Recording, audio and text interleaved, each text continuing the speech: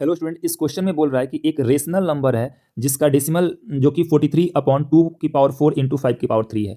अब बोल रखा है कि ये कितने डिजिट के बाद टर्मिनेट हो जाएगा, मतलब क्या ये टर्मिनेटिंग डेसिमल होगा और कितने प्लेस के बाद ये टर्मिनेट होगा। तो याद रखिएगा, आपको सबसे पहले इस चीज़ को ध्यान रखना है कि किसी भी नंबर का डिनोमिनेटर, इस चीज़ को ध्यान, किसी भी नंबर का डिनोमिनेटर अगर आपका इस फॉर्म में है 2n/5m के फॉर्म में है, या डेनोमिनेटर आपका 2n के फॉर्म में है ओनली, या डेनोमिनेटर ओनली 5n या 5m के फॉर्म में है, तो उसी केस में ये टर्मिनेटिंग डेसिमल होगा। तीन केस पॉसिबल है, 2 और 5 हो ओनली, या फिर ओनली 2 हो या ओनली 5 हो। अब जैसे इस क्वेश्चन में देखते हैं, क्वेश्चन हमारे पास क्या है, 43/2 इंटू 5 अब हमसे ये पूछा है कि आप जरा ये बताइए कि क्या ये टर्मिनेटिंग डेसिमल होगा। तो देखिए यहाँ पे डिनोमिनेटर में सिर्फ 2 है और 5 है, तो अगर डिनोमिनेटर में सिर्फ 2 और 5 होगा तो हम बोल देंगे यस, ये हमारा क्या हो जाएगा, टर्मिनेटिंग डेसिमल हो जाएगा। ठीक है, ये टर्मिनेटिंग डेसिमल हो जाएगा।